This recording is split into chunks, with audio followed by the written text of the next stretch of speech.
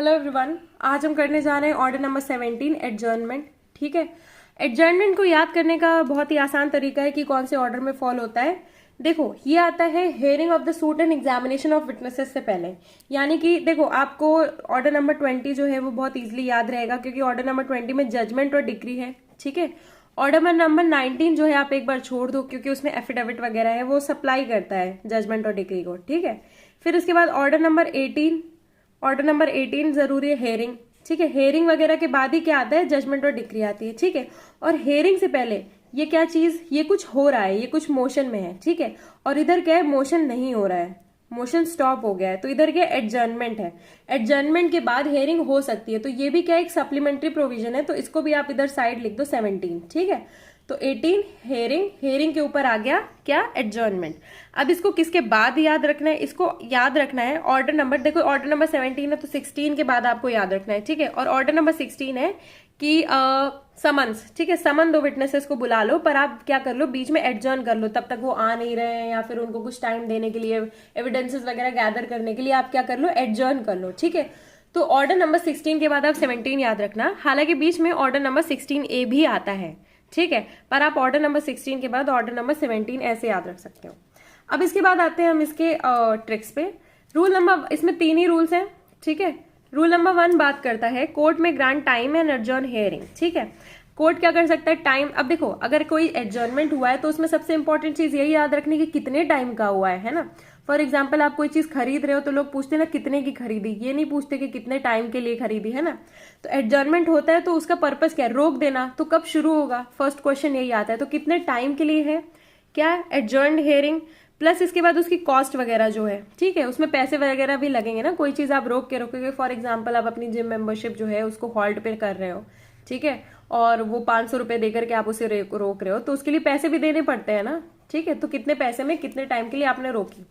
Next इसके बाद क्या है, procedure if parties fail to appear on day fix. अब एक दिन फिक्स किया गया है, उसमें पार्टी फेल कर जाती है अपीयर होने से। ठीक है, तो सीपीसी में हम ज्यादातर सक्सेस की कम और फेलियर्स की ज्यादा बात करते हैं कि पार्टीज मान लो नहीं आई, तो अगर आ गई तो हर चीज बहुत स्मूथली हो जाएगी, तो उसके लिए ज्यादा ऑर्डर्स लिखने की जरूरत नहीं होगी।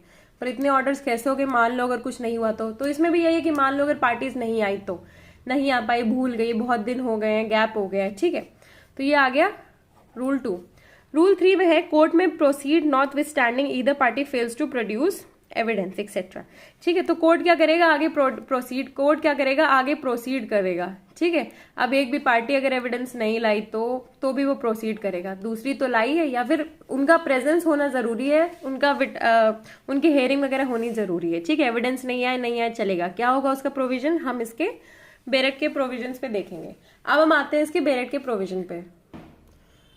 तो रूल नंबर वन हमने देखा था, कोर्ट में grant time and adjourn hearing. तो कोर्ट क्या करेगा, सफिशिएंट कॉज जहां पे शो किया गया है किसी भी स्टेज पे क्या कर देगा, ग्रांट कर देगा पार्टीज को, या फिर किसी भी उनको क्या ग्रांट कर देगा, टाइम। ठीक है, टाइम ग्रांट कर देगा और एडजर्न कर देगा हेयरिंग ऑफ द सूट। ठीक है, हेयरिंग ऑफ द सूट के पहले ही हम लोग ये बात कर रहे हैं एडजर्नमेंट की, तो hearing of the suit he postpone होगी, क्योंकि बाकी की चीजें तो हो चुकी है। नेक्स्ट इसके बाद क्या है, और हाँ, उसके जो रीजंस वगैरह है वो रिकॉर्ड कर लेगा। देखो, हर चीज में कोई भी चीज हो रही है तो उसके रीजंस वगैरह बहुत जरूरी है।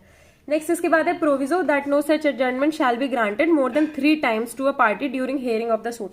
ठीक है, किसी एक पार्टी को 3 बार से ज्यादा नहीं मिलेगा। फॉर एग्जाम्पल, आप मैचेस खेलते हो तो उसमें आपको कितने टाइम आउट्स मिलते हैं, आप ऐसे हॉल्ट करते हो ना, तो कितने टाइम आउट मिलते हैं, तो 3 टाइम आउट मिलेंगे, उससे ज्यादा नहीं मिलेंगे।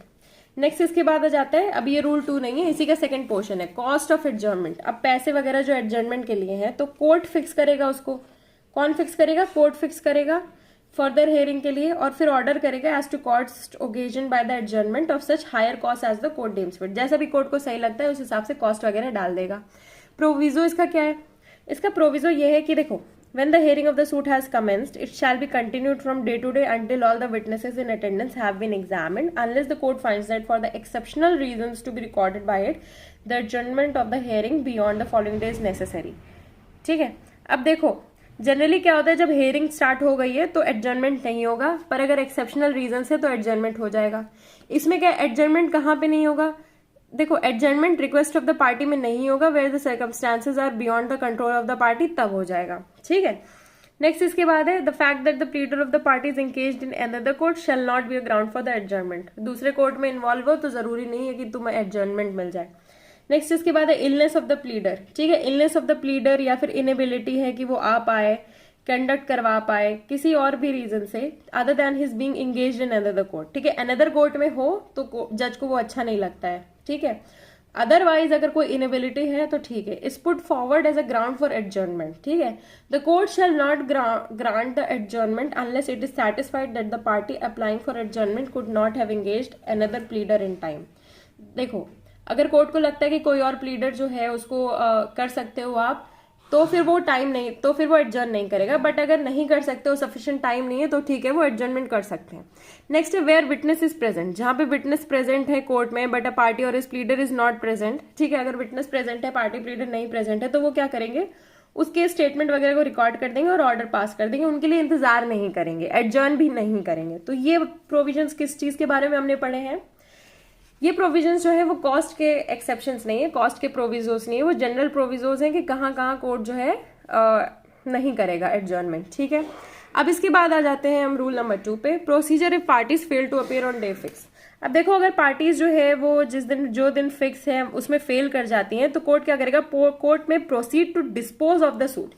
क्या करेगा, डिस्पोज कर देगा सूट को in one of the modes directed in that behalf by order number 9 और make such other order as it thinks fit. ठीक है, ऑर्डर नंबर 9 में डिस्पोजल का बताया गया है किस तरह से डिस्पोज होगा केस, उस तरह से डिस्पोज कर दिया जाएगा, यानी कि हेयरिंग वगैरह नहीं होगी, डिस्पोजल हो जाएगा केस का। ठीक है, फिर इसके बाद है एक्सप्लेनेशन ये कि where the evidence or a substantial portion of the evidence of any party has already been recorded.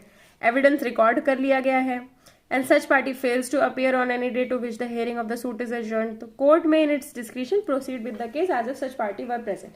देखो, पार्टीज के आने का सबसे इंपॉर्टेंट रीजन ये है कि उनके एविडेंसेस चाहिए, और एविडेंसेस अगर पहले ही ले लिए गए हैं तो कोर्ट सोचेगा, अगर कोर्ट को दया आ गई थोड़ी तो फिर वो प्रोसीड कर देगा, नहीं तो डिस्पोज ही कर देंगे वो लोग। इसके बाद आ जाते हैं हम रूल नंबर 3 पे, court may proceed notwithstanding either party fails to produce evidence etcetera. देखो, अगर कोई भी पार्टी फेल कर जाती है तो कोर्ट प्रोसीड करेगा, उनको अपना टाइम बहुत ज्यादा इंपॉर्टेंट है। ठीक है, तो इसमें क्या है, where any party to a suit to whom time has been granted, time मिला है उनको, फेल कर जाते हैं वो एविडेंस प्रोड्यूस करने के, या फिर अपने विटनेस की अटेंडेंस नहीं करवा पाते हैं, और to perform any other necessary और further progress of the suit for which time has been allowed, court में notwithstanding such default. ठीक है, if the parties are present proceed to decide the suit. Party present है, suit decide करो। ठीक है, if the parties are और any of them is absent proceed under rule 2। ठीक है, rule 2 के अंडर प्रोसीड कर देंगे जैसा भी है, यानी कि डिस्पोज कर देंगे, है ना। अगर फेलियर है तो क्या होगा, डिस्पोजल होगा। तो अगर पार्टीज आती हैं तो क्या होगा, डिसाइड होगा, पार्टी नहीं आती है तो डिस्पोजल होगा, बस इतना याद रखना।